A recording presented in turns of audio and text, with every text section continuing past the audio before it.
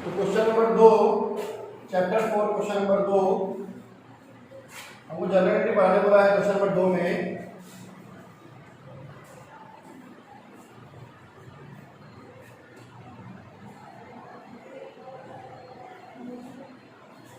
ठीक है, journal entries, ठीक है, date particular reserve full debit amount credit amount. तो पॉइंट नंबर 2 हमारा दिया हुआ है, बैंक ऋण का भुगतान किया, ठीक है। अच्छा, दो का ए भी है और बी भी है, 2A है और 2B है। तो पहले लिखा है 2A में लिख लेते हैं, एक अलिखित संपत्ति से वसूल हुआ। अलिखित संपत्ति मतलब अनरिकॉर्डेड एसेट। हमारे बिजनेस में अनरिकॉर्डेड एसेट है जो कि एसेट में कहीं रिकॉर्ड नहीं है, नीचे में लिखा हुआ है, ठीक है। मान लीजिए उस एसेट्स में डेप्ट लगा, डेप्ट लगने के बाद उसका वैल्यू क्या हो गया, जीरो हो गया।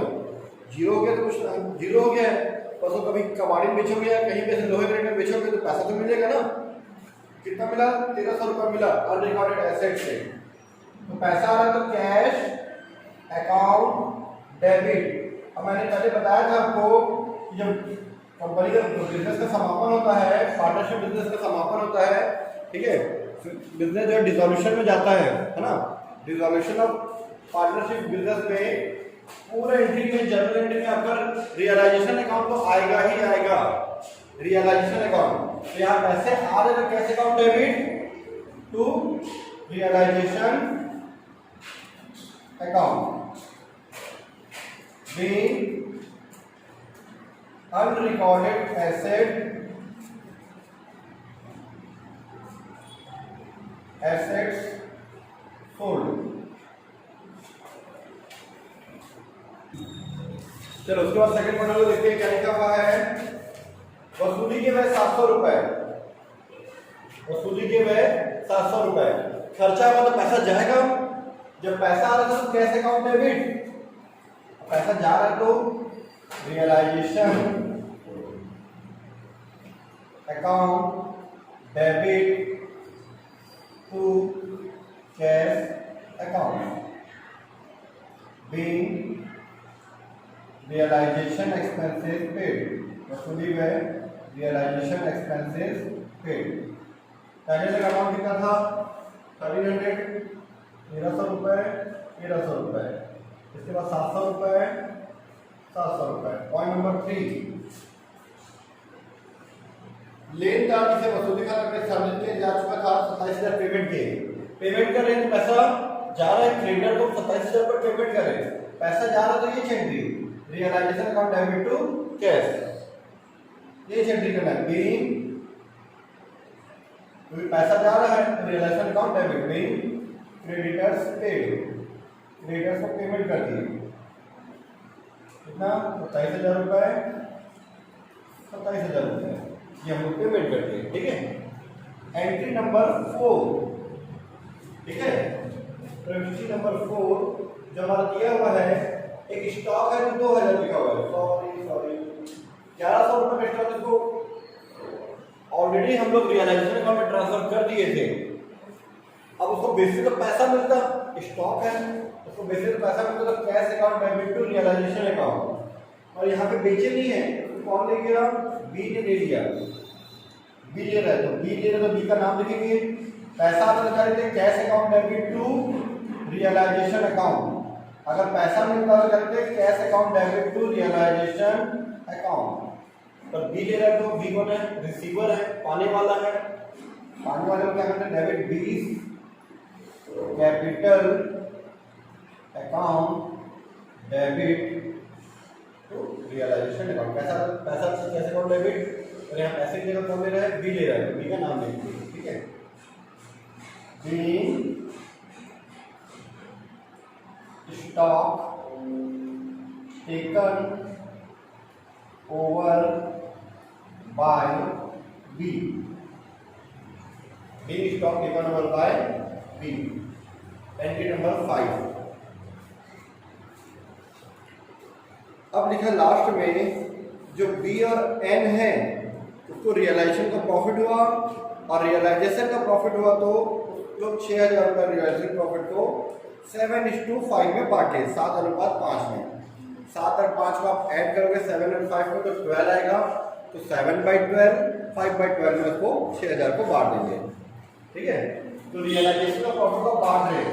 मान लीजिए हम यहाँ रियलाइजेशन का अकाउंट बना रहे हैं, ये रियलाइजेशन का प्रॉफिट हम इससे बढ़ते हैं, लॉस हो तो इससे बढ़ते हैं, तो प्रॉफिट हो तो प्रॉफिट को इससे बांटते हैं। तो रियलाइजेशन अकाउंट के डेबिट में बांटने हैं ए बी सी डी जो भी होता, यहाँ बी और एन है, तो रियलाइजेशन अकाउंट के डेबिट साइड में किसको बांटेंगे? रियलाइजेशन अकाउंट के डेबिट में बी और एन को प्रॉफिट बांटेंगे।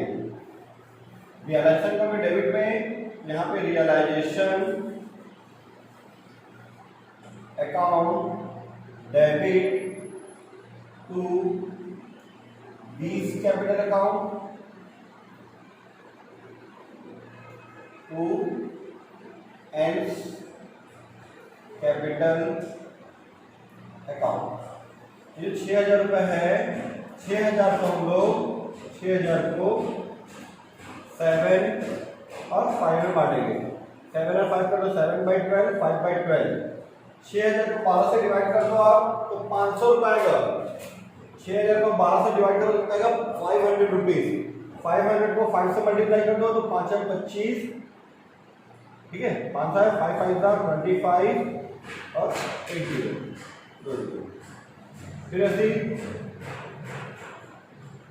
इसको इससे डिवाइड तो 500 7 से मल्टीप्लाई 5 7 35 2 5 7 35 और 2 0 35 और 25, यह क्या हमारा 35 और यह क्या हमारा 25।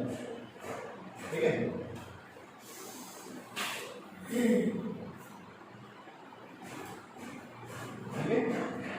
being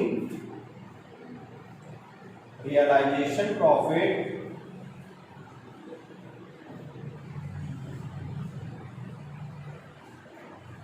distributed,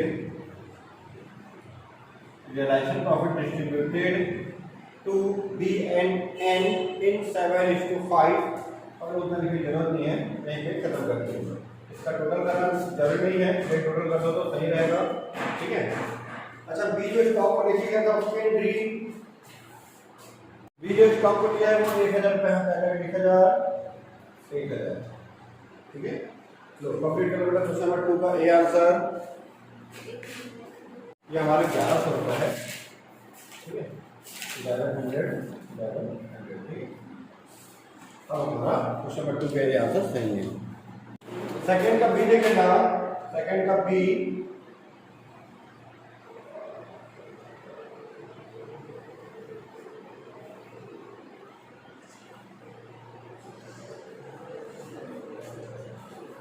ठीक है,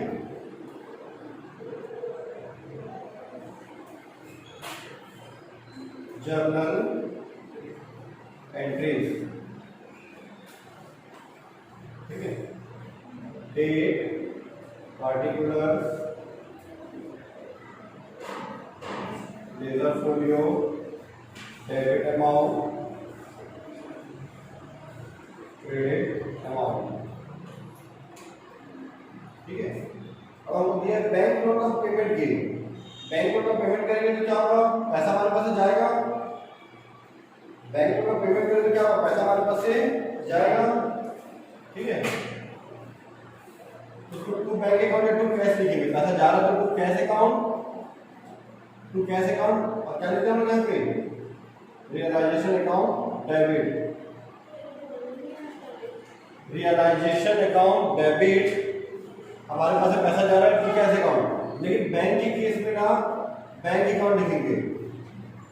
यहाँ बैंक का नाम आया बैंक लोन का, अब जितना भी यहाँ पे आ रहा है ना सब में बैंक लिखेंगे। ठीक है, पैसा आएगा तो जाएगा तो बैंक लिखेंगे। ठीक है, being bank loan paid, bank loan paid. कितना पेमेंट किया बैंक लोन? 12,000 रुपये। ठीक है, 12,000 रुपये पेमेंट कर दिए। एंट्री नंबर 2,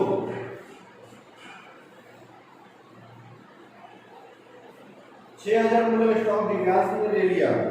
जो स्टॉक हम दिव्यांश ले रहे हैं तो दिव्यांश में आने वाला रिसीवर है, तो Divyansh capital account debit, Divyansh capital account debit ले रहे हैं, पानी वाला डेबिट, कैपिटल अकाउंट डेबिट, हमारे बिजनेस से स्टॉक जा रहा है तो रियलाइजेशन अकाउंट। रियलाइजेशन का नाम आगे बताया था मैं, अगर स्टॉक को बेचते तो पैसा आता तो cash account debit to realization लिखते, cash account debit to realization, अगर पैसा मिलता तो दिव्यांश है तो दिव्यांश का नाम लिखिए, being stock taken over bye Divyansh. ठीक है, कितने मिले स्टॉक को? 6000 रुपये, 6000 रुपये। उसके बाद दिव्यांश ने वसूली में क्या चुका है, जैसे दिव्यांश ले रहा था सामान, जो दिव्यांश के डेबिट के थे, वैसे दिव्यांश अगर किसी चीज का पेमेंट करेगा, पैसा जाता तो टू कैश अकाउंट लिखते, क्या लिखते? Realisation account debit. अगर हमारे पास से पैसा जाता तो क्या लिखते? Realisation account debit to cash account. ठीक है, realisation account debit to cash account 1500 रुपए, 1500 रुपए हम लोग लिखते, लेकिन यहाँ पैसा कौन दे रहा है? दिव्यांश दे रहा है, तो दिव्यांश का नाम लिखिए, टू, देने वाला कौन है? दिव्यांश है, to Divyansh capital account being realisation expenses paid by Divyansh. Fourth point, पुस्तकों में पूर्ण अपलिखित करने की संपत्ति से 200 रुपये प्राप्त हुआ। पूर्ण अपलिखित मतलब तो पूरा तरह से राइट ऑफ करने थे, ठीक है, पूरा। ठीक है, बसंत हमारा क्या ले रहा है यहाँ पे? बसंत पुस्तकों में पूर्ण रूप से अपलिखित किए गई संपत्ति से 200 रुपये प्राप्त हुआ। पुस्तकों में पूर्ण रूप से अपलिखित कर दिया मतलब वो पूरा तरह से राइट ऑफ हो चुका है।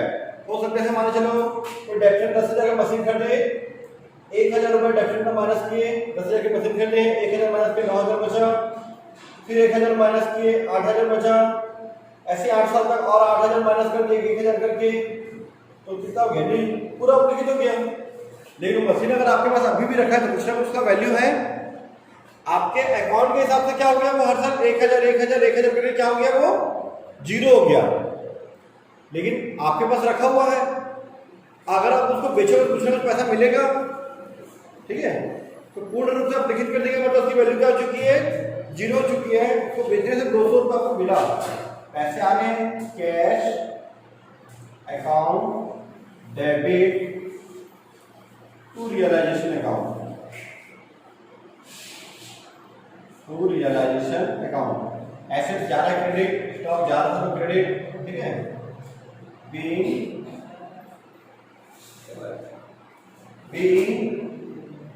ठीक है, अनरिकॉर्डेड एसेट बोलते हैं या फिर पूर्ण रूप से अपलिखित एसेट को क्या करें लोग? सेल करें, तो कुछ हम लोग अनरिकॉर्डेड ले लेते हैं। जो पूर्ण रूप से अपलिखित है तो बोलते हैं अनरिकॉर्डेड। ठीक है, बीइंग अनरिकॉर्डेड एसेट्स सोल्ड 200 रुपए में। ठीक है,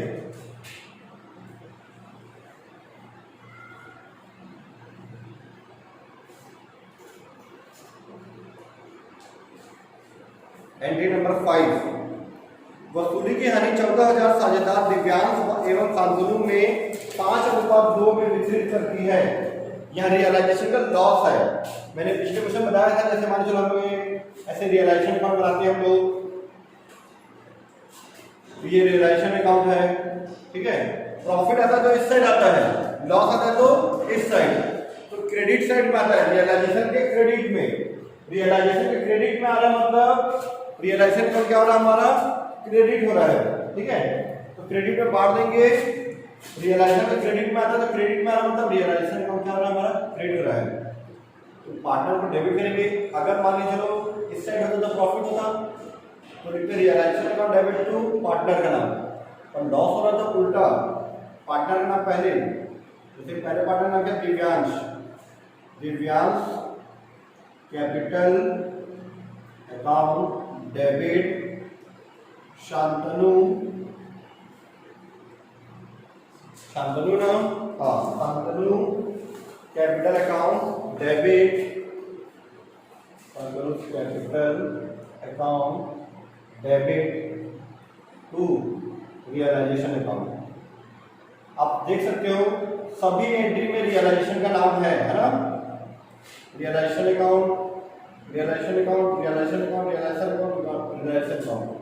बी वसूली में बोलते रियलाइजेशन लॉस, हानि को ना वसूली हानि को रियलाइजेशन लॉस बांट दे, ठीक डिस्ट्रीब्यूटेड। कितने का लॉस हुआ? 14,000 का लॉस हुआ बिजनेस को बंद करने से।